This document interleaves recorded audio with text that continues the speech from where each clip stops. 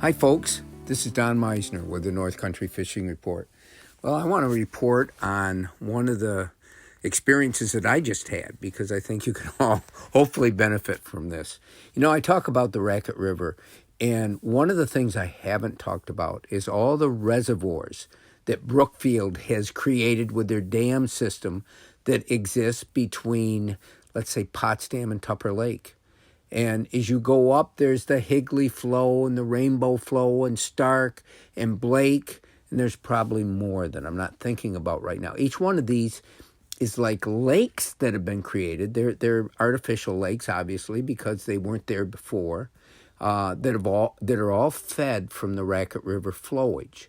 And the water level will change depending on what they do with the dams. But anyway, at one of my recent events that we had in Messina, our big bass blowout, one of the people that helped me, Steve LaRose, said to me, you know, there's some really good largemouth fishing in Blake Reservoir. And I'm thinking, wow, I haven't tried any of those reservoirs.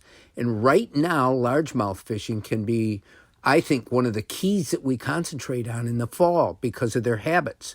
So my buddy and Rust and I went up to Blake, and we were prepared for a day of finding largemouth bass. Well, let me tell you, let me get to the end of the story right now. We didn't find them.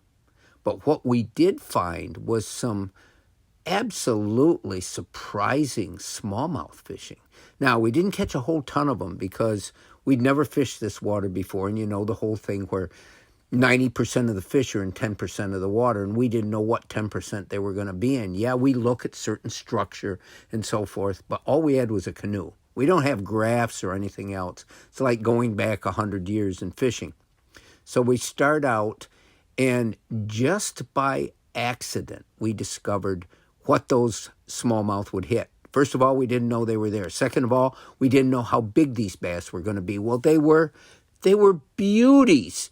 And Russ caught and had probably 4 times the fish that I did because he was using the secret element, the lure that the fish seemed to respond to more than anything else. And it was a Strike King Rage Swimmer, 3.75 inches long. I'm being very specific because it was that specific. I tried every type of finesse lure, everything I had, and I couldn't get those fish to hit.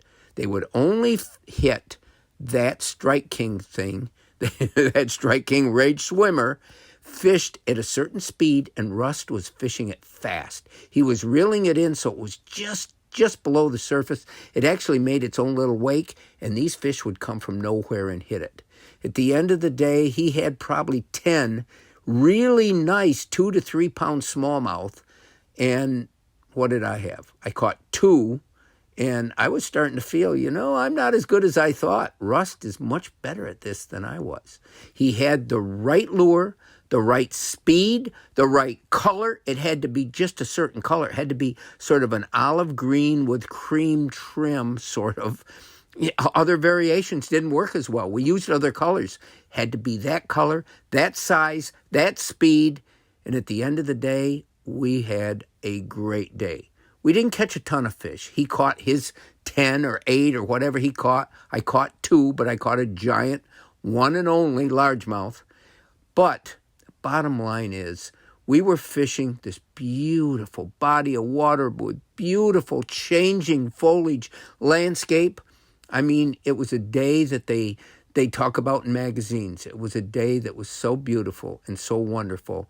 And we got to experience it because we went fishing.